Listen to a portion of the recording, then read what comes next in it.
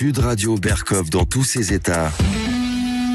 Le face-à-face. Face-à-face aujourd'hui, André Berkov, vous recevez Emmanuel Razavi, grand reporter spécialiste du Moyen-Orient et surtout auteur de ce nouveau livre qui sort demain, La face cachée des mollahs. C'est aux éditions du CERF. Bonjour Emmanuel Razavi. Bonjour, merci de me recevoir. Emmanuel Razavi, alors La face cachée des mollahs, le livre noir de la République islamique d'Iran.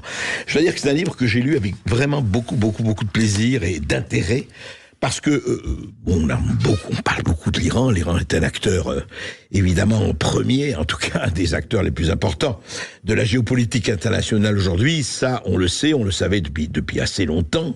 Puis on va pas parler d'histoire de l'Iran, hein, elle est plusieurs fois millénaire, donc ça c'est autre chose. Mais vous nous apportez beaucoup de révélations dans ce livre. Je dois dire, vraiment, je le recommande parce que vous racontez effectivement cette face cachée, vous le reconnaissez comme ça, un tout petit peu, vous dites mi-nazi, mi-Corléone, mi-totalitaire, terroriste, etc., et mi-mafia. Et quelle mafia! Honnêtement, vous racontez justement, on en parle très peu de cela. Mais auparavant, donc, Emmanuel Razavi, vous êtes grand reporter, vous êtes journaliste. Depuis longtemps, vous avez parcouru non seulement le Moyen-Orient, mais ailleurs. Mais là, on va vraiment faire l'inventaire, mais il y a des choses incroyables. Et donc, je rappelle que le régime de l'Ayatollah Khomeini, la République islamique d'Iran, existe aujourd'hui depuis 45 ans. 45 c'est bien ans, ça. Exactement. Et ce régime, alors, en 45 ans, est-ce qu'il est resté le même? Je veux dire par là que les bases, on va pas revenir sur les théories, mais enfin les bases sont les mêmes. Le régime est toujours aussi totalitaire. On a vu ce qui s'est passé avec les femmes qui se dévoilent. Vous en parlez dans le livre. Je veux dire, on est toujours au même point pratiquement, ou plus grave ou pas. Alors, c'est une vraie question d'actualité que vous posez, André, parce qu'en fait, le régime aujourd'hui connaît quand même des dissensions en son sein. Il y a évidemment ce qu'on appelle, ce que je nomme les roméinistes dans le livre. Hein. Ce sont ceux qui sont issus de la révolution islamique de 1979, qui sont très clairement en fait qui sont des fous furieux, hein, qui sont des idéologues durs, d'ailleurs qui sont assez partisans d'une régionalisation du conflit. On y reviendra peut-être. Oui, et puis en face de ça, vous avez un courant qui est plus pragmatique, qui est un courant qui considère aujourd'hui qu'il faut quand même un petit peu lever le pied, qu'il faut, adoucir, si je puis dire, en fait. Modérer tout ça un peu. Modérer, oui, ils ont peur, notamment. Alors moi, c'est ce qu'ils me disent parce que je le raconte dans le livre. Hein, je discute aussi avec des gens qui sont à l'intérieur de l'Iran et notamment en fait proches du régime. Et parmi ces gens-là, un certain nombre disent aujourd'hui, il faut qu'on arrête. D'abord et d'une parce qu'il y a une révolution générationnelle, qu'on le veuille ou non, en fait, en Iran. La moyenne d'âge en Iran, c'est 32 ans. Ah ouais. À peine. La moyenne d'âge de la population. De la population. Ouais. Et donc, il y a un phénomène contre lequel, de toute façon, on ne peut pas aller avec la religion, parce qu'ils ont commandé, la République islamique, il faut le savoir, commande des études en fait sociologiques en fait sur la population et qui leur montrent bien, et c'est une inquiétude, qu'il y a une rupture entre la population en fait iranienne, alors pas à 100% évidemment, mais entre 75, les chiffres en gros, c'est 75 à 80% en fait de la population iranienne qui aujourd'hui est en rupture avec la République islamique d'Iran, avec l'islam politique tout simplement en fait, qui est incarné en fait par par les mollahs. Mais en rupture évidemment en rupture intérieure, idéologique, intellectuelle, mais eu égard au régime qui est quand même très dur et fort, est-ce qu'ils peuvent l'exprimer ? C'est toute la question. On a bien vu comment ça se passait. À chaque fois qu'il y a eu en fait des phases de contestation en Iran, elles ont été réprimées dans le sang. Vous avez parlé de la révolte du voile, qui a commencé en fait il y a un peu plus d'1 an et demi. Vous avez vu les centaines de gens qui ont été tués, blessés, les milliers de gens qui ont été arrêtés. Je rappelle que parmi les gens en fait qui sont arrêtés, lorsqu'ils sont emmenés à la prison, vous savez, on parle souvent de la prison d'Evin, prison de Téhéran. Il y a des dizaines de prisons comme ça en fait en Iran, et la porte d'entrée pour les garçons comme pour les filles, en général, c'est le viol. Donc systématique, vous voulez dire? C'est quasi systématique. Vraiment, c'est quasi systématique. C'est vraiment un mode opératoire pour affaiblir, en fait. C'est ce que disent. C'est pas moi qui le raconte. Il y a des témoignages là-dessus. C'est ce que disent en fait les bourreaux pour affaiblir, en fait, enlever toute volonté de résistance. Donc ça commence par là, ça peut aller plus loin encore. Je l'ai raconté en fait dans le livre. Donc la répression, si vous voulez, aujourd'hui, elle est extrêmement forte.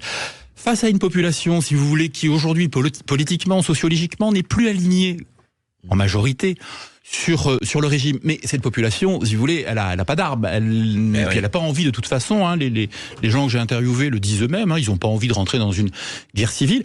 Et puis en face d'eux, ils ont le corps des gardiens de la Révolution. Hein, c'est les passes d'Aran, les fameux passes d'Aran qui alors tiennent une très grosse partie de l'économie iranienne, mais qui sont le bras armé du régime. Et je pèse mes mots quand je dis le bras armé. C'est-à-dire qu'ils sont vraiment les organisateurs de cette répression féroce. Alors oui, c'est ça, vous montrez bien qu'il y a l'armée iranienne et il y a les passes d'Aran, les gardiens de la Révolution. Il y a en fait deux armées, et on a l'impression que l'armée des passes d'Aran, enfin des gardiens de la Révolution, est plus puissante que l'autre. En tout cas, elle dirige. C'est ça.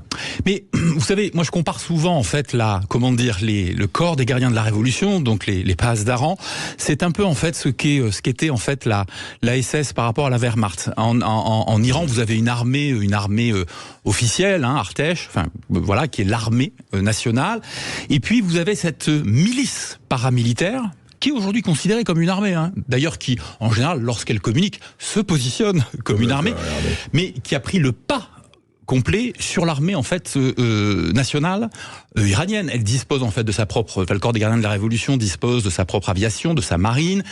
Ils ont en fait une aviation spécifique. Oui, bien sûr, leur propre marine, ils ont leur force spéciale, bien sûr, ils ont leur propre service de renseignement, ils ont une organisation qui est en charge des opérations extérieures. On parle souvent de la force Al-Quds, c'est cette force-là. Donc c'est un véritable, d'ailleurs plus qu'une milice paramilitaire ou qu'une armée bis. C'est un État dans l'État. C'est un État dans l'État. Et ce que ne savent pas, je pense, beaucoup de vos auditeurs, c'est que, parce que c'est assez méconnu, c'est qu'elle a été créée en fait dans la région parisienne.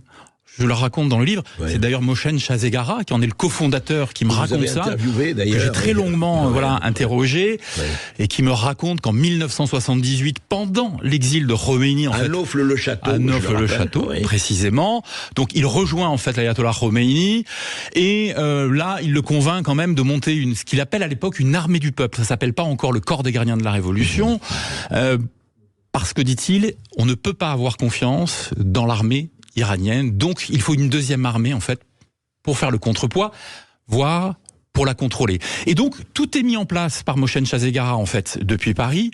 Et puis bon, on connaît la suite. Hein, le Shah d'Iran tombe donc début 79. Khomeini rentre dans les semaines qui suivent avec Mohsen Shahzegara, bien sûr. Et là, le corps des gardiens de la Révolution se met en place, et au-delà, je dirais, de l'arsenal répressif dont je parlais, il va mettre la main sur 60%, 60 à 70% de l'économie iranienne, et fort de ses richesses. C'est ça qui est extraordinaire.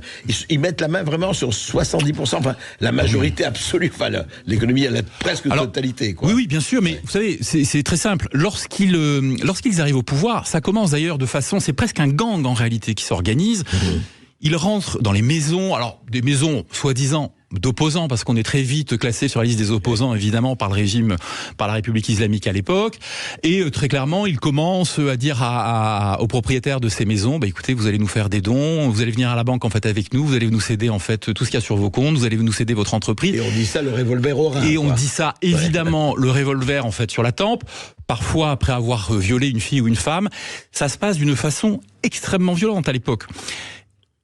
Et puis arrive la guerre entre l'Iran et l'Irak. Ce sont les années 80 et 80-88, c'est ça. Elle dure 8 ans exactement, et ce corps des gardiens de la Révolution va s'illustrer quand même sur le front, et ils vont être considérés à leur retour en fait en Iran après la guerre quasiment comme des héros, et ils vont bénéficier de fait de beaucoup de soutien en fait de l'État, de beaucoup d'aide, notamment en fait j'en parle, des prêts à taux zéro, des subventions.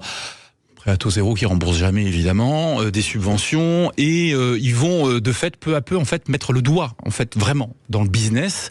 Et puis derrière, il y a les années Ahmadinejad, ce président iranien qui est élu en 2005, qui lui-même est issu du corps des gardiens de la Révolution, et qui là va les faire monter dans quasiment tous les ministères. On va en parler, c'est intéressant. Et comment, effectivement, vous parlez de la structure mafieuse de ce régime, qui est assez inconnu, en tout cas, ou presque, et que vous dévoilez tout de suite après cette petite pause. Et puis avec vous aussi, comme tous les jours, 0826 300 300, on vous donne la parole.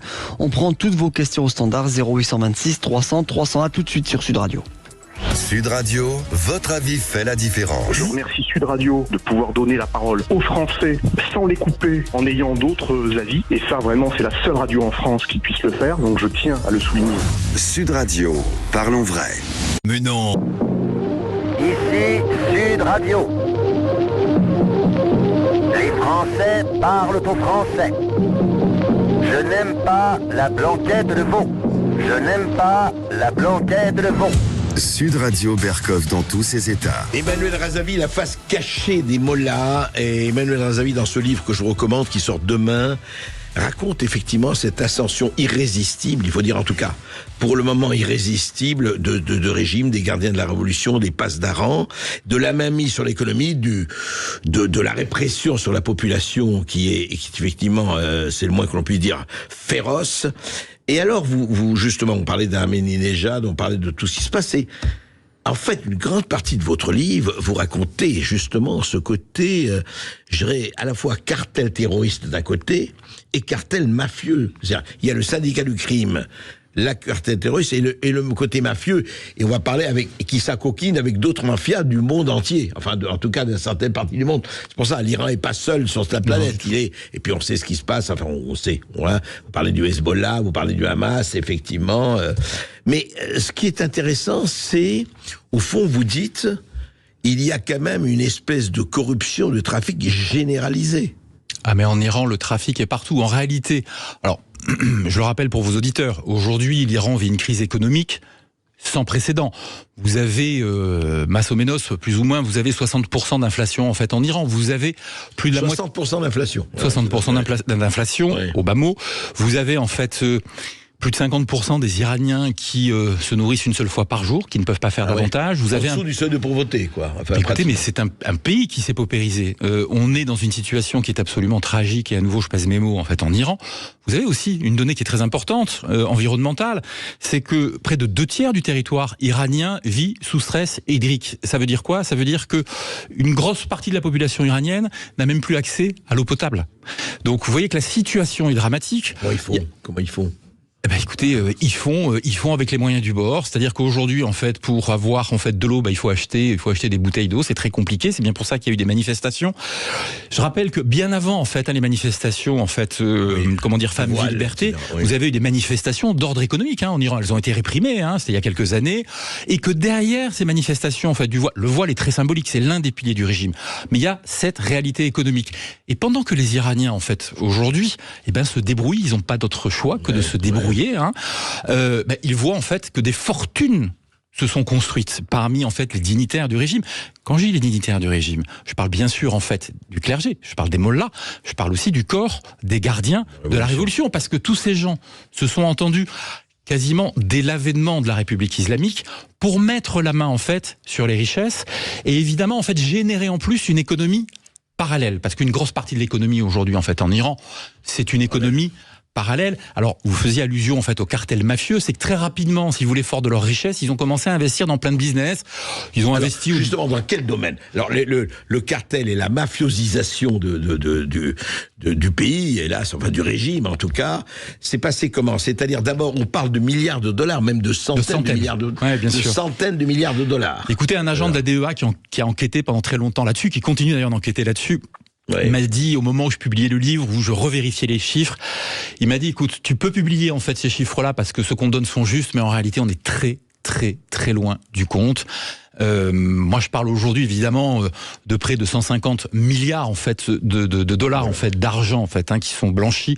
Lui me dit que les sommes au final sont beaucoup plus importantes. Et donc, ça vient de plusieurs trafics. Ça vient bien sûr en fait du trafic. En fait, il y a le trafic d'armes, il y a le trafic de drogue. Donc, les Iraniens, le corps des gardiens de la Révolution et son proxy en fait le Hezbollah, qui est sa filiale, au Liban, au sud du Liban. On passait des accords en fait avec des cartels colombiens et mexicains en fait pour à la fois en fait importer mais aussi en fait exporter, acheminer y compris en Europe. C'est important de le dire parce qu'en ce moment on parle beaucoup de drogue et de lutte contre la drogue. L'Iran est un narco-État aussi. Trempe dans ce système-là. Et donc, l'Iran même, c'est-à-dire que les produits d'Iran arrivent en Europe, quoi, sans problème. Écoutez, il y a certains produits en fait qui sont aujourd'hui acheminés en fait par les Iraniens, les gardiens de la Révolution et leurs affidés du Hezbollah qui arrivent à Paris. Paris, qui arrive à Toulouse, qui arrive à Annecy. Enfin, c'est ça la réalité. Le Captagon dont je parle, qui est fabriqué, qui est une drogue de synthèse, qui est fabriquée en Syrie. Tout ça est fait en fait en partenariat avec le Hezbollah libanais et le corps des gardiens de la révolution. C'est important parce que le Hezbollah libanais n'est pas quelque chose de totalement autonome, c'est quelque chose qui répond aux ordres des gardiens de la révolution. Le Hezbollah ne bouge pas sans instruction de l'Iran. Écoutez, jeune journaliste, mais je crois que vous avez connu ça beaucoup mieux que moi, André, que vous connaissez ce terrain encore mieux que moi, mais jeune journaliste, j'allais au sud Liban, je me souviens être allé en fait dans des places tenues par le Hezbollah, j'entendais parler le persan. Et je ne comprenais pas, je me disais mais comment se fait-il ? Enfin, on est au Liban et c'était des gardiens de la révolution qui étaient là, qui formaient en fait les futurs cadres du Hezbollah. Ils s'en cachaient pas d'ailleurs, parce qu'ils le disaient très clairement en fait aux journalistes. Donc oui, bien sûr, c'est la machine, le Hezbollah. Donc blanchiment d'argent. Alors blanchiment d'argent dans tous les domaines. Enfin, alors blanchiment d'argent. Alors bien sûr, il y a l'argent de la drogue, il y a l'argent des armes. Pour blanchir l'argent, qu'est-ce qu'ils font ? C'est un exemple. Il y a beaucoup d'exemples, mais il y a des investissements dans des programmes immobiliers, notamment en fait en Turquie. Il y a également en fait, des investissements dans des casinos. J'ai parlé en fait de Chypre, de Macao. Donc c'est une machinerie qui est identique à ce que font en fait les mafias, enfin ou la mafia italienne. Ils ont repris exactement le même modèle. Et ce qui est assez intéressant, lorsque je m'entretiens avec Moshen Chazegara, donc le cofondateur des Gardiens de la Révolution, lui-même en fait il me le raconte, il me dit en fait c'est devenu une mafia, c'est devenu une véritable pieuvre. Ce sont en fait, ils ont fait Corleone, mais à la sauce à la sauce chiite iranienne. Exactement, c'est Don Corleone à la sauce chiite iranienne. Et les mafias utilisent aussi la terreur de toute façon pour faire taire les gens en fait qui les dénoncent, qui les contestent, qui les combattent. On voit bien les narcotrafiquants du Mexique et autres. C'est exactement ça. Et les Iraniens en fait utilisent les mêmes méthodes. Et d'ailleurs, quand on rentre réellement, si vous voulez, dans la nature, dans l'essence de ce que sont les Pasdaran, les Gardiens de la Révolution, on comprend en fait que le régime de la terreur a été mis en place, non pas tant pour des raisons idéologiques, mais pour qu'on ne vienne pas contester leur mainmise sur l'argent. C'est-à-dire qu'ils ont le pouvoir, ils entendent le garder, il n'y a pas de discussion en fait sur le sujet. Et aujourd'hui, c'est d'ailleurs la raison pour laquelle il est très difficile de discuter avec les gardiens de la Révolution, parce que il y a des dissensions, c'est comme au sein du régime, il y a une jeune génération qui est apparue aussi au sein des gardiens de la Révolution, qui disent très clairement d'ailleurs, quand on les interroge, qu'ils n'ont pas envie de tirer pendant les manifestations sur les jeunes, parce que ça peut être un voisin, quelqu'un de la famille, ou quelqu'un qu'ils connaissent, et qu'ils voudraient que ça change. Mais revient dans les entretiens que j'ai pu avoir avec eux, toujours la question de l'argent. Et ils disent, oui mais, nous on voudrait bien que ça cesse, et le problème, c'est que si ça s'arrête, nous, qu'est-ce qu'on devient ? Voilà, est-ce qu'on garde les mêmes prérogatives ? Donc, ce que vous dites, en fait, et ce que vous montrez aussi dans votre livre, Emmanuel Razavi, c'est qu'il y a à ce niveau-là, il y a beaucoup de milliardaires. En tout cas, il y a des gens qui se sont enrichis de manière plus qu'exponentielle. À commencer, en fait, par le guide de la République islamique, Ali Khamenei. Voilà, on estime à minima sa fortune à 95 milliards de dollars aujourd'hui. En fait, l'ensemble des actifs sur lesquels il règne. Donc bien sûr, ce sont des fortunes colossales qui se sont montées. Ce qui est assez intéressant, j'en touche deux mots aussi, c'est que les enfants de tous ces dignitaires, attention, vous savez à quel point ils font régner la terreur. Dès lors, vous avez vu toutes ces jeunes femmes qui ne voulaient pas porter le voile, qui sont retrouvées emprisonnées, violées, torturées, etc.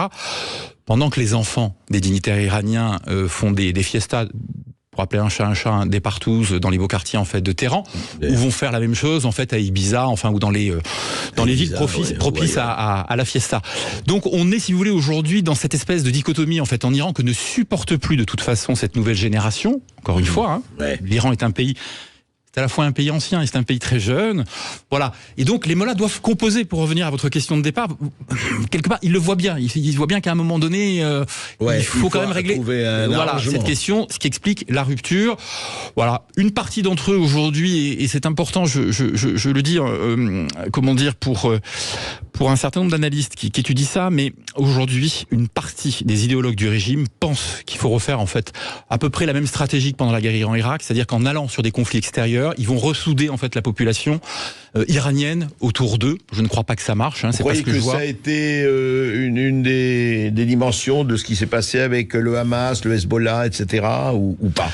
Alors, ça, franchement, est-ce que ça n'a rien à voir? Non, alors je suis pas sûr de ça, parce que je pense que l'opération en fait du Hamas est une opération qui a été menée depuis un certain temps, qui avait été préparée depuis un certain temps, que les mollahs qui étaient parfaitement au courant ont utilisé en fait le Hamas dans le cadre de leur guerre contre Israël. Très clairement, il y a une vraie guerre, il y a une guerre secrète qui se joue secrète qui n'est plus si secrète que ça, entre Israël en fait et l'Iran.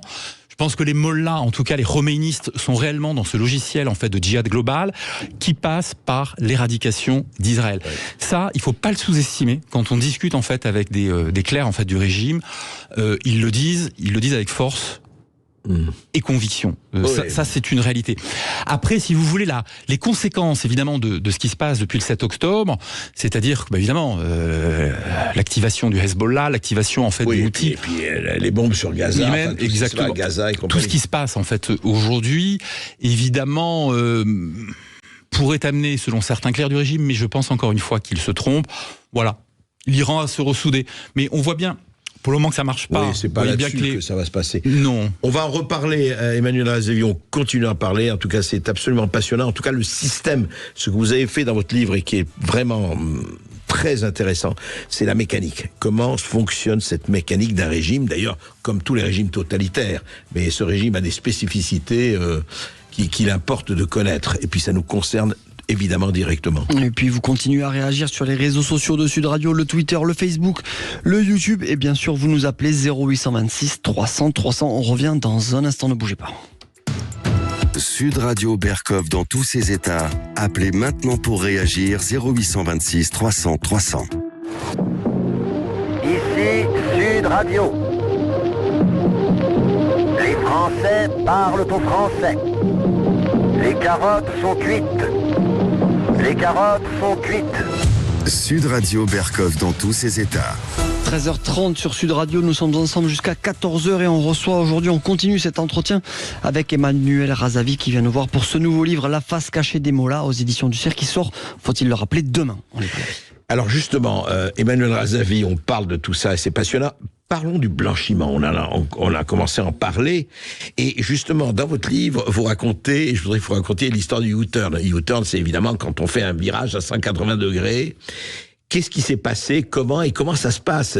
Cet or, cet argent, comment il est justement blanchi? On dirait une chanson de Bernard Lavilliers. Enfin, on a l'impression d'être... voilà. En fait, c'est très intéressant parce que votre comparaison avec on se dit, mais les mafias du monde entier se suivent et se ressemblent. Alors, il y a le manteau religieux ou autre, mais le reste, ça fonctionne de la même façon. Ah oui, alors, encore une fois, l'idéologie n'empêche pas à un moment donné qu'il y ait un système mafieux, qu'il puisse y avoir une convergence entre les deux. Le système du U-turn est assez intéressant parce que, évidemment, l'Iran, je vous apprends rien, c'est quand même un État qui est un État sous sanction. Donc, ils ont besoin quand même de faire circuler des liquidités à l'international, ce qui n'est pas simple. Et donc, parmi en fait les fonds en fait qu'ils blanchissent, il y a un certain nombre en fait de sommes qui proviennent en fait de l'or, de lingots d'or en fait qui partent en Turquie. Alors, comment vont-ils en Turquie? Tout simplement parce qu'ils sont transportés par des Iraniens qui passent la frontière. Il faut rappeler que les passes d'Aran, ils tiennent tout en Iran. Et donc, y compris, en fait, les frontières. Donc, ils sont à la fois, je le dis toujours, les gendarmes et les voleurs, en réalité. Donc, ils sont ceux qui braquent et ceux, en fait, qui donnent... une simplification, vous voyez. Exactement. Voilà. Un bon management. Et ils ont, en fait, mis en place, si vous voulez, des bureaux, en fait, qui sont des bureaux de change en Turquie. Dont je parle, dont on a pu suivre, enfin, qu'on a pu retrouver localisé, qui est sous la tutelle, en fait, de l'ancien président Mahmoud Ahmadinejad.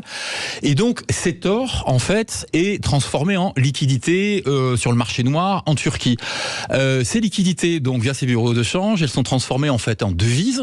Elles partent donc dans des pays comme la Suède, comme la Suisse. Ensuite, elles arrivent au Canada. Mais aux mains de gens, voilà, c'est très difficile donc de tracer. Quand elles arrivent là-bas, elles sont toujours aux mains de qui? Alors, elles arrivent en général auprès de fils, de neveux, de nièces, de gens en fait du régime, qui sont installés là-bas, qui prennent en général donc 80% du montant pour eux, d'accord, mais qui reversent une obole de 20% à des centres islamiques chiites, évidemment qui dépendent du régime et qui font remonter le pognon. Il y en a, je parle de l'un d'entre eux, donc qui est à Houston, au Texas, mais il y en a un peu partout en fait dans le monde. Donc c'est un système qui est parfaitement bien pensé. Ça me fait penser rodé, huilé. C'est archi rodé, archi huilé. C'est un système mafieux à 100%, parce que les mafias ont utilisé des systèmes comme ça en fait par le passé. Vous avez des films qui racontent ça. Donc on est encore une fois, vous le disiez tout à l'heure, dans un système à la Corleone en fait, où la religion est utilisée en fait pour au nom du business en réalité, tout simplement. et ça porte sur des centaines de milliards de dollars, il faut le rappeler. Alors, encore une fois, on est sur des centaines de milliards de dollars. Une partie de cet argent, je le dis, c'est important parce qu'il y a cet ancien agent infiltré irano-iranien qui travaillait pour la DEA, enfin pour le FBI et pour la DEA, qui a accepté de témoigner, qui me dit quand même une partie de cet argent, il faut le marteler, c'est de l'argent qui sert à financer des attentats terroristes. Et on voit bien que c'est de l'argent qui vient donc de la drogue et qui à un moment donné, se mélange, devient en fait armes, bombes, donc attentats. Armes, drogue, prostitution aussi. Alors prostitution aussi, oui. Alors prostitution toujours aux mains en fait des passes d'Aran, prostitution enfantine d'ailleurs. Alors évidemment en fait beaucoup en fait de cette prostitution malheureusement en fait vient d'Afghanistan. Il y a beaucoup de réfugiés afghans en Iran et donc ils chopent en fait des enfants très souvent. Qui ont 13, 14 ans, et les prostituent en fait dans le Golfe Persique, dans les pays en fait arabes du Golfe, les vendent, les marient évidemment contre argent. Donc quand je parle de tragédie que vit l'Iran, c'est une réelle tragédie parce que voilà comment s'est transformé en fait ce pays en l'espace de 45 ans. Ce pays millénaire, la civilisation millénaire. Une grande civilisation, bien sûr. Voilà, et c'est important pour moi de le souligner parce que, vous le savez, je suis d'origine iranienne, donc je suis un journaliste un peu particulier. Vous êtes né en Iran. Alors, je ne suis pas né en Iran, moi je suis né en France. Je suis d'origine iranienne, mais je connais l'Iran, bien sûr. Et si vous voulez, quand on voit que tout ça est parti, quand même, de Paris, il ne faut pas oublier que Khomeini, en 78, était exilé, on en parlait tout à l'heure. En fait, ici... Sous la protection de la France, d'ailleurs. Exactement. Le gouvernement français de l'époque. On n'a pas vu venir. Et je crains, moi, aujourd'hui, je veux pas être un oiseau de mauvais augure, je crains qu'on ne voit pas venir ce qu'est en train de faire l'Iran à nouveau, qui est en train quand même de faire basculer le Proche et le Moyen-Orient dans un risque de conflit quand même aggravé. Je pense qu'on est sur une... vous pensez qu'on en est là, mais que l'Iran volontairement, les passes d'Aran, les gardiens de l'abolition, enfin le régime veut aller plus loin. Alors je dis pas que le régime veut, comme je vous le disais tout à l'heure. Aujourd'hui vous avez vraiment deux tendances au sein du régime. Ça vous l'avez dit. Oui, vous avez une tendance. La vraie question, c'est qui commande là actuellement. Aujourd'hui, il semble que Ali Khamenei, qui est quand même le guide, qui est quand même assez malade, continue de tenir quand même le régime, mais il a autour de lui des gens qui sont des idéologues, des purs et des durs. Donc ces gens-là aujourd'hui ne veulent pas perdre. Et prône un peu le durcissement, oui, mais bien sûr, ça se traduit d'ailleurs sur le plan intérieur. On voit bien comment les manifestations étaient réprimées. Et on voit bien, de toute façon, ce qu'ils font aujourd'hui via leur proxy, que ce soit au Yémen, à Gaza, vous le rappeliez André, ou le Hezbollah. On dit toujours que c'est de basse intensité, ce qui est pas faux, ça pourrait être pire que ça, mais on voit bien que ça dure, on voit bien que, quand même, l'air de rien, ça s'intensifie chaque jour. Regardez le nombre de navires occidentaux qui sont arraisonnés, qui sont pilonnés par des drones, dans le Golfe Persique ou en mer Rouge. Ou en mer Rouge avec les Houthis du Yémen qui interviennent là-bas, et puis il y a le Golfe Persique de l'autre côté, effectivement. Oui, alors effectivement, est-ce que ça va s'aggraver du côté du Hezbollah ou autre ? Enfin, voilà, ça c'est qui vivra verra. Juste un mot, je voudrais, avant qu'on ne passe par les auditeurs, pour me raconter l'histoire de Mahan Air. J'ai découvert cette compagnie d'aviation que je ne connaissais absolument pas, Mahan, M-A-H-A-N, Air. Alors, qu'est-ce qu'elle fait, c'est quoi ? Alors, Mahan Air, je le détaille en fait quand j'enquête, en fait, je me rends compte, donc mon enquête, évidemment, je l'amène dans plusieurs pays, notamment des pays du Moyen-Orient, et je me rends compte en fait que cette compagnie, on la retrouve systématiquement au cœur de tous ces trafics, mais surtout lorsque je vais enquêter sur qui la détient. Je me rends compte en fait qu'elle est tenue en fait par des gardiens de la Révolution ou d'anciens aux dignitaires, mais ce qui n'est pas en soi. C'est pas une indignation. Un scoop, mais je le dis pour peut-être certains de nos diplomates qui nous écoutent et qui pensent qu'il faut discuter avec les réformateurs iraniens. Je me rends compte aussi que c'est tenu par ce qu'on appelle les réformateurs ou réformistes iraniens, donc soi-disant c'est mollahs qui seraient modérés, qui seraient fréquentables et en réalité qui sont derrière tout le business et qui se servent de cette compagnie aérienne. Oui, alors à quoi ? Alors, ils transportent de l'or, ils transportent de l'argent, des liquidités, ils transportent des armes, bien sûr. Ils transportent aussi des combattants qu'ils acheminent en fait en Syrie. Et puis, ils utilisent en fait très souvent en fait des boucliers humains parce que Mahan Air, c'est une compagnie régulière. Donc, c'est une compagnie répertoriée, etc. Alors aujourd'hui, elle est interdite dans plein de pays, très clairement. Ouais. Mais c'est une compagnie, en tout cas en Iran, qui est une compagnie régulière, qui continue en fait, à desservir des vols sur un certain nombre de pays en fait proches de l'Iran. Et quand ils embarquent en fait, leurs mitraillettes, leurs mortiers, etc., ils le font sur des vols civils, en se disant, si jamais en fait des services occidentaux ou israéliens savent qu'on transporte ça, ils n'abattront pas les avions parce que, évidemment, il y a des civils à l'intérieur. On prend des bons boucliers. Donc c'est la compagnie aussi qui est mafieuse en fait par excellence et qui est quand même entièrement tenue par les. Je crois que je donne des indications extrêmement précises. Je tiens à le dire parce que j'ai vraiment enquêté, recoupé. Ouais. J'ai des documents en fait que j'ai fait recouper aussi auprès de non seulement de spécialistes, mais de gens qui enquêtent pour certains services occidentaux, mais ça m'a été confirmé aussi d'ailleurs par des Iraniens qui s'en cachent pas. Il y a un organigramme qui est très précis en fait de ce qu'est Mahaner, et encore une fois, elle est aux mains de gens avec qui nos diplomates occidentaux aujourd'hui ont envie de discuter, qui sont des assassins et des mafieux, quoi. C'est une réalité. Voilà, il faut appeler un chat un chat. Quand on vous suit. Quand vous expliquez qu'un Joseph Borrell, qui est le chef de la diplomatie européenne, on va en parler, vous en parlez dans votre livre, et je ne savais pas qu'il avait dit ça comme ça, et vous le rappelez, Emmanuel Razavi, je retrouve effectivement la citation. Vous dites justement il faut le 19 janvier 2022, donc il y a exactement pratiquement un an, les eurodéputés se prononçaient en faveur de l'inscription des gardiens de la Révolution sur la liste des organisations terroristes. Mais 4 jours plus tard, donc il y a exactement un an, le chef de la diplomatie européenne, l'Espagnol Josep Borrell, expliquait que les 27 ne pouvaient pas décider de les placer sur la liste noire. Il avançait alors un argument des plus fallacieux, selon vous bien sûr, c'est quelque chose qui ne peut être décidé sans un tribunal. Une décision de justice est nécessaire. Vous ne pouvez pas dire je vous considère comme un terroriste parce que je ne vous aime pas. Il a peut-être raison, non ? L'argument, moi, me paraît un peu court. Il me paraît d'autant plus court, si vous voulez, que là aussi, je suis allé enquêter. Et pour enquêter, qu'est-ce que j'ai fait ? Je suis allé documenter, en fait, les attentats qui avaient été commis, en fait, sur le sol européen, d'accord, par les gardiens de la Révolution et les services secrets, en fait, iraniens. Je suis allé voir, en fait, des avocats qui sont spécialistes de la question et qui me disent qu'en droit, très clairement, l'argument de Borrell ne tient absolument pas parce que ces crimes sont aujourd'hui documentés. Dans certains cas, il y a des plaintes d'ailleurs qui ont été initiées. Donc, normalement, le corps des gardiens de la Révolution devrait être placé sur la liste des organisations terroristes de l'Union européenne. Alors, on peut s'interroger effectivement sur les raisons de cela. Joseph Borrell, si vous voulez, il fait face à l'Europe, à des lobbies iraniens. La République islamique d'Iran a déployé énormément de lobbies. Il y a des lobbies de tous les pays. Je donne des noms, puisqu'il y en a un qui a été démis il y a quelques mois à cause de cela. Il y a bien sûr ça. Il y a aussi la diplomatie des otages. C'est qu'aujourd'hui, très clairement, les gardiens de la Révolution, le régime iranien fait un chantage permanent qui consiste à dire si vous nous embêtez, vous aurez du terrorisme contre vos intérêts en fait au Moyen-Orient, les intérêts européens, évidemment occidentaux, mais on prendra aussi des otages. Et on a déjà des otages là-bas. Vous savez qu'il y a 4 Français actuellement qui sont détenus en fait dans les geôles iraniennes. Donc il y a une peur panique quand on interroge en fait les politiques. Un certain nombre de spécialistes le reconnaissent, disent que c'est aujourd'hui un vrai sujet.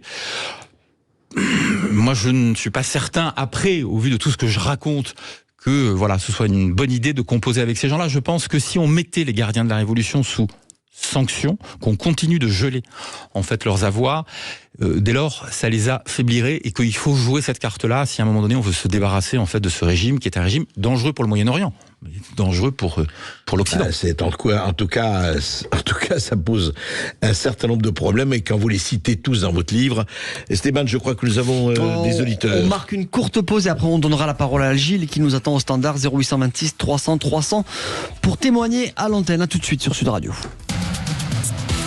Sud Radio Berkov dans tous ses états, midi 14h. André Berkov. Ici Sud Radio. Les Français parlent au français. Je n'aime pas la blanquette de veau. Je n'aime pas la blanquette de veau. Sud Radio Berkov dans tous ses états. 13h45 sur Sud Radio, nous sommes toujours avec Emmanuel Razavi et nous accueillons Gilles qui nous appelle depuis les Landes. Bonjour Gilles. Bonjour Gilles. Bonjour M. Berkov, bonjour à votre invité et bonjour à tous les amis. à tout le monde, les auditrices et les auditeurs. Voilà. Je souhaitais vous apporter mon témoignage parce que ce que j'entends là, moi je suis allé en Iran il y a 3 ans.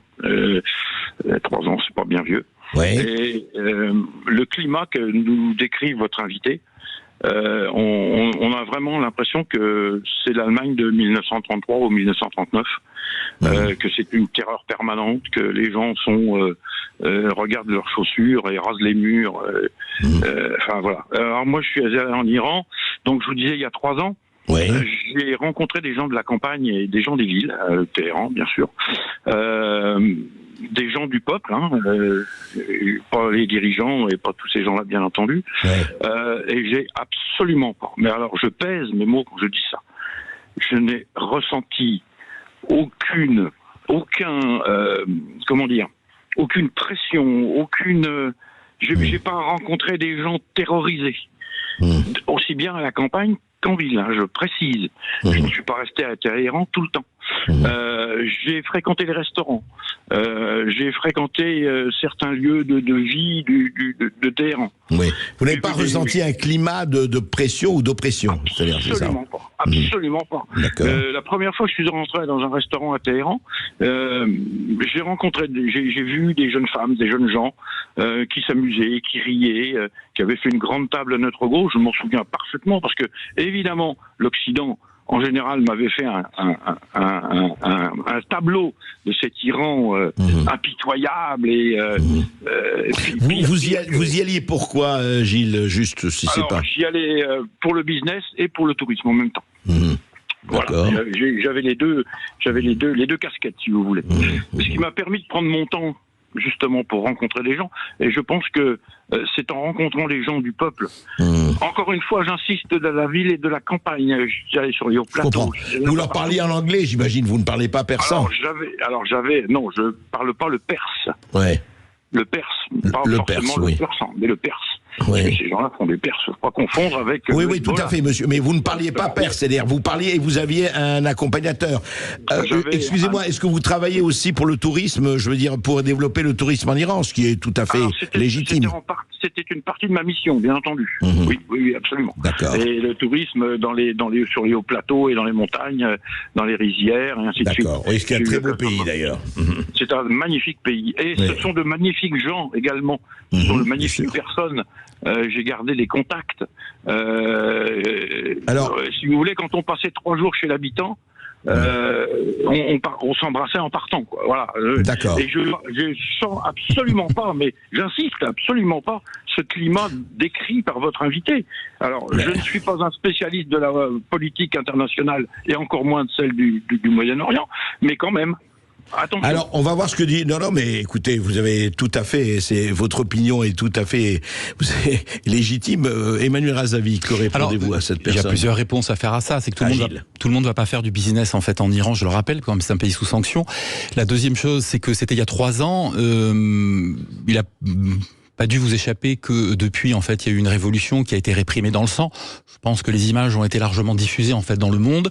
On a vu, en fait, le nombre de gens qui ont été tués.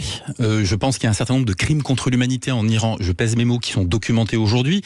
Je veux le citer ici. Il y a un grand avocat iranien, franco-iranien, qui est à Paris, d'ailleurs, qui s'appelle Irbad Ghaniazar, qui est en train de travailler à la mise en place avec d'autres avocats internationaux d'une cour pénale internationale pour juger des crimes contre l'humanité commis en Iran. Alors, ça n'empêche pas que les Iraniens, évidemment, ils aillent au restaurant. Ça n'empêche pas que les Iraniens, je suis d'origine iranienne, aiment la fête et le sens, en fait, de du bon accueil. Je pense que ça, c'est très culturel. Depuis la révolution iranienne, il y a toujours eu du tourisme en Iran. Mais je vous rappelle qu'il y a des gens qui sont allés faire du tourisme en Iran depuis 1 an et demi et qui sont aujourd'hui détenus dans les prisons iraniennes. Il y a 4 Français, je vous le rappelle, qui sont quand même dans les geôles iraniennes. Il y a d'autres prisonniers, d'autres otages, d'autres nationalités, voilà. Donc, moi, j'entends très bien ce que dit votre auditeur, et ça correspond à la réalité, en fait, qu'il a vécu, qui est aussi une réalité. Mais, j'ai bien entendu, c'était il y a 3 ans, je crois que depuis 1 an et demi, il se passe autre chose. Et vous savez, à l'époque, je veux le dire parce que je me suis replongé dans la lecture en fait de certains témoignages sur l'Allemagne nazie avant la Seconde Guerre mondiale. Au moment où il y a l'émergence du nazi, vous avez plein d'ailleurs des confrères, des journalistes de l'époque qui vous disent que l'Allemagne c'est formidable. Et pourtant il y avait Adolf Hitler, on a vu ce qu'il a fait. Voilà. Donc moi je reste évidemment sur ce que je vois parce que je suis reporter, donc je raconte évidemment ce que je vois et surtout ce que je recoupe. Gilles, vous voulez réagir? Juste une petite question. Est-ce que vous allez souvent en Iran? Écoutez, monsieur, est-ce que vous allez vous souvent en Iran? Si vous voulez en fait ce genre de questions aujourd'hui. Vous êtes allé en Iran, je crois, il y a 3 ans, hein, c'est cela? Oui, c'est cela. D'accord. Donc, il vous a échappé, oui ou non, en fait, qu'il y avait une révolution, en fait, en septembre 2022. Est-ce qu'il vous a échappé qu'il y avait eu près de 22 000 personnes qui avaient été arrêtées, qu'il y avait eu des centaines de jeunes qui avaient été tués? Vous l'avez vu, je pense. Oui, bien sûr. Est-ce que c'est la même révolution qu'en Libye?